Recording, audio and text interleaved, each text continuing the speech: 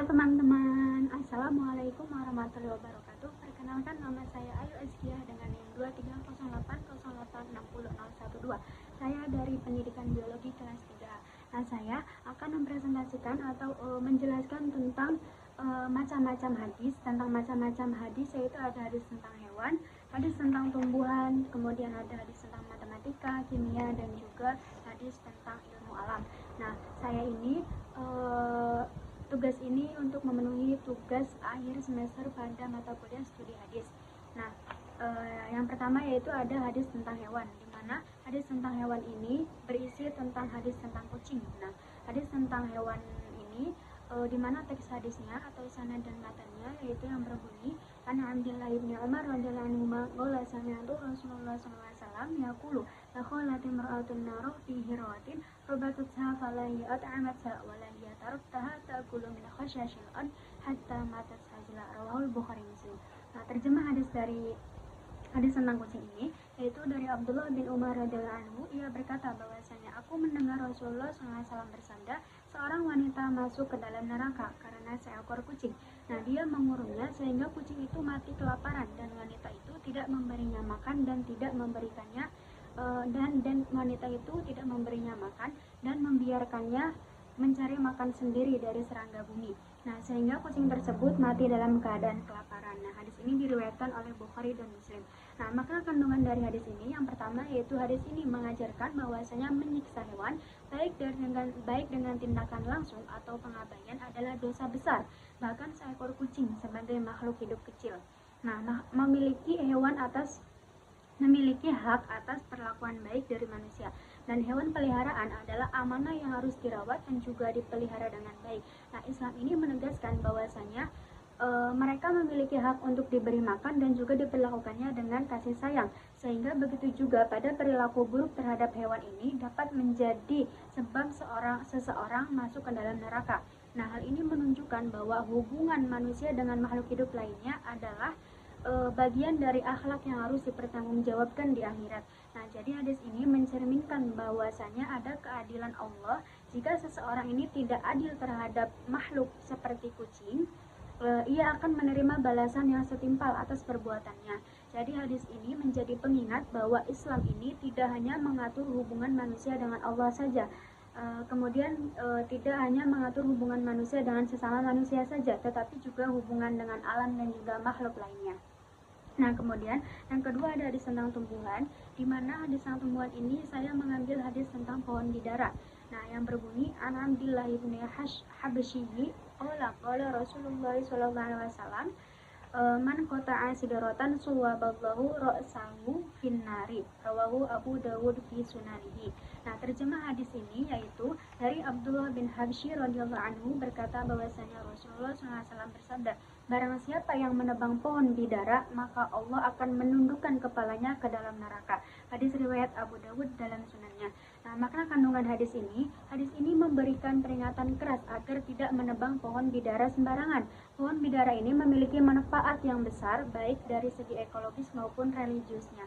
Nah, Islam ini mendorong manusia untuk menjaga lingkungan hidup termasuk melindungi pohon. Nah, menebang pohon tanpa kebutuhan yang jelas ini dapat merusak keseimbangan alam dan juga dapat menimbulkan kerugian bagi makhluk hidup lainnya. Nah, pohon bidara ini dikenal memiliki banyak manfaat seperti digunakan untuk bersuci dalam Islam, terutama untuk memandikan bagi jenazah.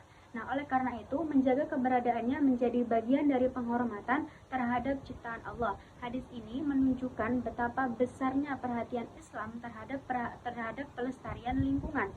Nah, ancaman neraka bagi pelaku ini atau bagi pelaku kerusakan ini menunjukkan seriusnya dampak kerusakan alam dalam pandangan agama.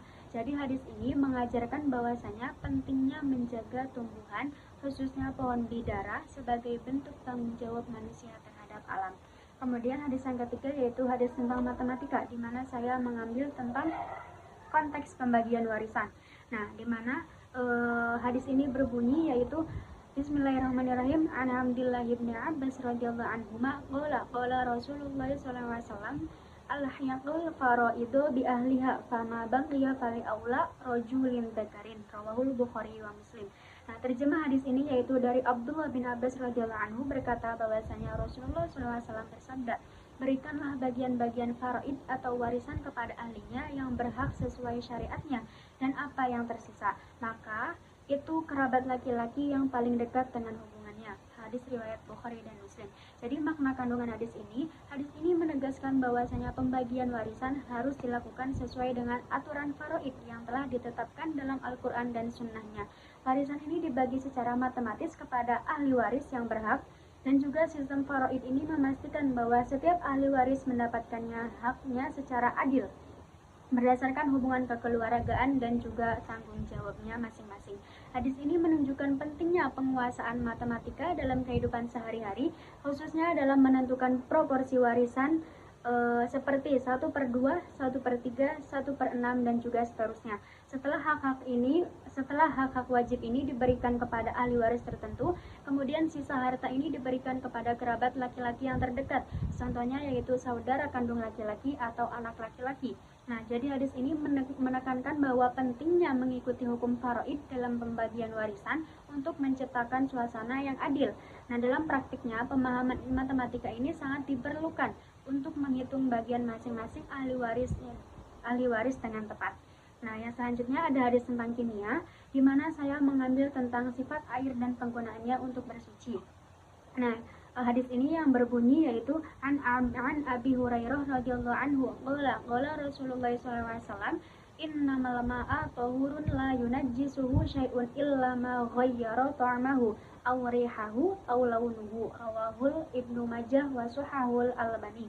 Nah, terjemah hadis ini yaitu dari Abu Hurairah radhiyallahu anhu berkata bahwasanya Rasulullah SAW bersabda, sesungguhnya air itu suci dan mensucikan, tidak ada yang bisa menajiskannya kecuali sesuatu yang mengubah rasa, bau atau warnanya. Hadis riwayat Ibnu Majah dan disahihkan oleh Albani.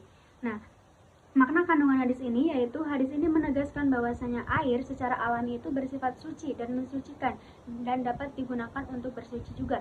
Namun air ini bisa dapat berubah sifatnya jika tercampur dengan zat tertentu yang mengubah rasa, bau maupun warnanya. Nah, hal ini sesuai dengan prinsip kimia tentang perubahan sifat fisik air akibat interaksi dengan zat lain. Air yang tetap dalam kondisi asli tanpa perubahan sifat fisiknya ini tetap dianggap suci dan juga mensucikan. Hal ini mengajarkan tentang pentingnya menjaga kemurnian air untuk keperluan ibadah dan juga kehidupan sehari-hari. Nah, pemahaman tentang kimia membantu memahami kondisi air, misalnya ketika tercampur zat seperti tanah, sabun, dan atau minyak.